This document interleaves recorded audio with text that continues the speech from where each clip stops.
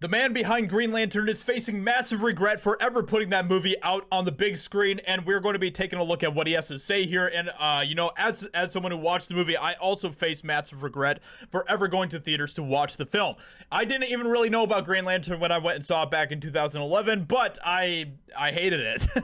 It was terrible. It is terrible, and it continues to be even worse as time goes on, it seems. But director Martin Campbell explains why he wishes he never made Green Lantern.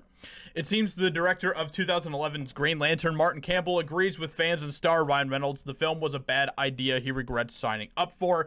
And we're going to be taking a look at what he actually has to say here, what his comments are, and why he regrets making the film. And of course, you know, that's one thing I guess we could take away from this, is that even if the movie was bad, at least it wasn't woke.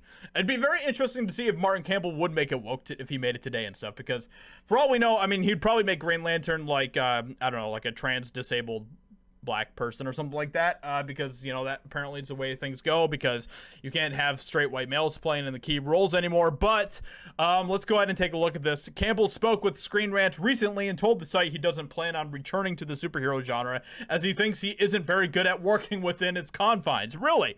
What makes you think that, Martin? No, I'm not good at superhero movies. Green Lantern, people didn't like that movie, and frankly, I shouldn't have done it. I did it because I've never done one. Well, I can give him some props for that. At least he tried, you know? He shot his shot, and it backfired in a big way, in a very, very big way. But he tried, right? He tried. That's cool, right? That's cool. He at least gave it a shot. Probably better than some of the stuff that would be coming out in a Green Lantern movie today, unless it was, you know, made by Zack Snyder or something or whatever. But you work just as hard on the movies that really are not successful as you do with the ones that are. I think there are people better qualified than me to do a superhero movie. Really? Martin, what gives you that idea? You think there's people better qualified to make superhero movies out there than you are? What? I don't know, you got a pretty good track record, Martin. You have a pretty good track record. One issue with Green Lantern was that there were too many cooks in the kitchen, including DC TV Uber producer Greg Berlanti with their hands on the screenplay. Ah, yes, of course.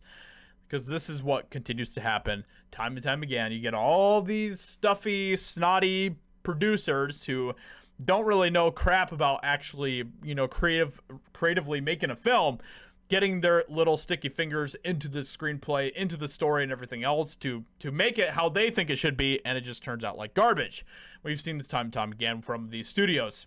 Many fans felt they were juggling too many elements at one time, enough for 2 movies, keeping the first, okay, blah, blah, blah. We all know why we hate the movie, right? So apparently give the fans what they want. Justice League 2 out of 3, 2/3, restored the Snyderverse in brightest day. So this is what somebody else wants, I guess. It's Green Lantern to come back in this day and age, which I don't know. I mean, I don't really care about Green Lantern one way or another, to be honest, but I'm kind of at a point where I don't really care what they release for DC, because it's either going to be a complete dud or it's going to be okay at best. The last actual good DC movie that we got, I would say, would be The Joker, probably.